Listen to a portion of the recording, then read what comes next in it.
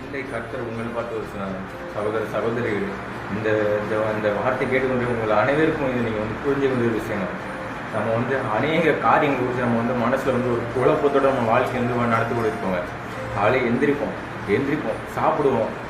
அதுக்கப்புறம் நமக்கு அந்த நாட்களில் என்னென்ன வேலை நடக்க போதோ அதை நினச்சிட்டு திருப்பி அடுத்து அந்த வேலையை முடிக்கிறதுக்கு அதை நோக்கி நம்மளோட வாழ்க்கை பயணம் போயிட்டே இருக்கணும்.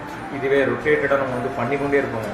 நம்ம வர்றது, வேலை பார்க்குறது, திருப்பி நைட்டு சாப்பிட்றது, தூங்குறது, குளிக்கிறது, திருப்பி வேலைக்கு போகிறது, இந்த மாதிரி காரியத்துக்கு தாங்க நம்ம அதுக்கு அவ்வளோ முக்கியத்துவம் கொடுப்பாங்க.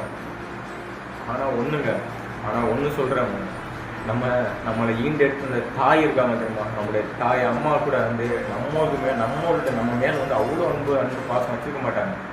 ஆனால் நம்மளை உண்டாக்கின கர்த்தர் நம்ம மேலே அவ்வளோ அன்பு, அவ்வளோ வைராக்கியமும் நம்பிக்கையும் வச்சுருக்காருங்க. எதனால? நம்ம செஞ்ச பாவம். நம்ம மனுஷன் அப்போ ஒரு பாவம் தாங்க.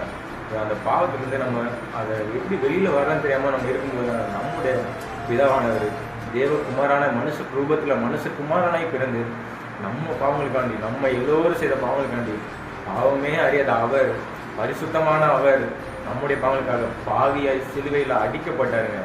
அவ்வளோ காரி துப்புனாங்க, கன்னத்தில் அடித்தாங்க. ஒரு கணத்தில் அடித்தா மறு கணத்தில் காட்டணும் சொல்லியிருந்தாரு. அவர் யாரையும் அவரோட அதிகாரத்தையும் அவரோட அற்புதங்களையும் யாருமே அவர் செயல்படுத்தலைங்க.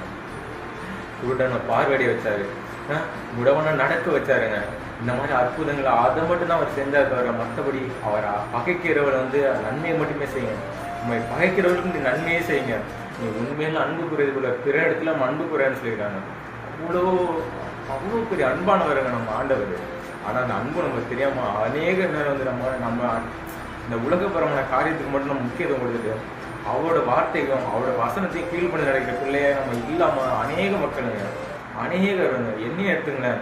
சில டைமில் நம்ம ஒரு வேலைக்கு இருக்குன்னு தொடர்ந்து ஒரு வேலை வச்சுங்களேன், நம்ம அந்த சண்டே மட்டும் தான் நம்ம பைக்கில் எடுக்கிறதோட வாசிக்கிறோம்.